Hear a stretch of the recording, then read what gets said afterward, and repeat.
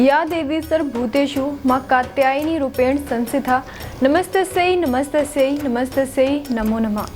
नमस्कार, आपके साथ में यूवी चौधरी और आप सभी को नवरात्रि की हार्दिक शुभकामनाएं।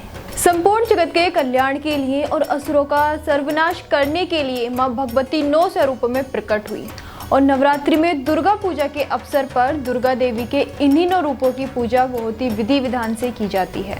नवरात्र का छठे दिन है और नवरात्र के छठे दिन मां कात्यायनी की पूजा का विधान है। इनको मां भगवती का छठा स्वरूप माना जाता है। मां कात्यायनी को युद्ध की देवी भी कहा जाता है। बात करें माता के स्वरूप की तो माता का स्वरूप स्वर्ण के समान चमकीला माना जाता है। इनकी 4 भुजाएं हैं। दाईं तरफ का ऊपर वाला हाथ अभय मुद्रा में है और नीचे वाला हाथ वर मुद्रा में। मां के बाईं तरफ के ऊपर वाले हाथ में तलवार है और नीचे वाले हाथ में कमल का फूल सुशोभित है। इनका वाहन भी सिंह है। इनकी उपासना और आराधना से भक्तों को बड़ी आसानी से अर्थ, धर्म, काम और मोक्ष चारों फलों की प्राप्ति होती है और व्यक्ति के रोग, शोक, संताप और भय नष्ट हो जाता है।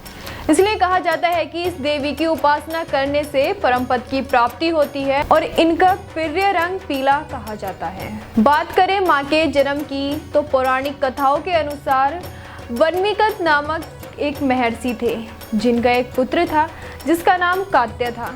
इसके बाद कात्य गोत्र में महर्षि कात्यायन ने जन्म लिया। उनकी कोई संतान नहीं थी।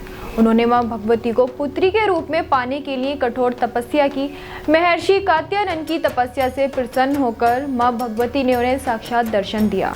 कात्यायन ऋषि ने माता को अपनी मंशा बताई तो देवी भगवती ने वचन दिया कि वह उनके घर पुत्री के रूप में जन्म लेंगी।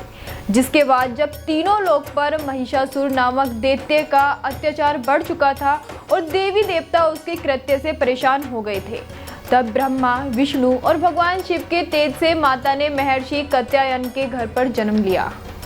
इसलिए माता के स्वरूप को कात्यायनी के नाम से जाना जाता है। माता के जन्म के बाद कात्यायन ऋषि ने सप्तमी, अष्टमी और नवमी तीनों दिन तक मां कात्यायनी की विधिवत पूजा अर्चना की।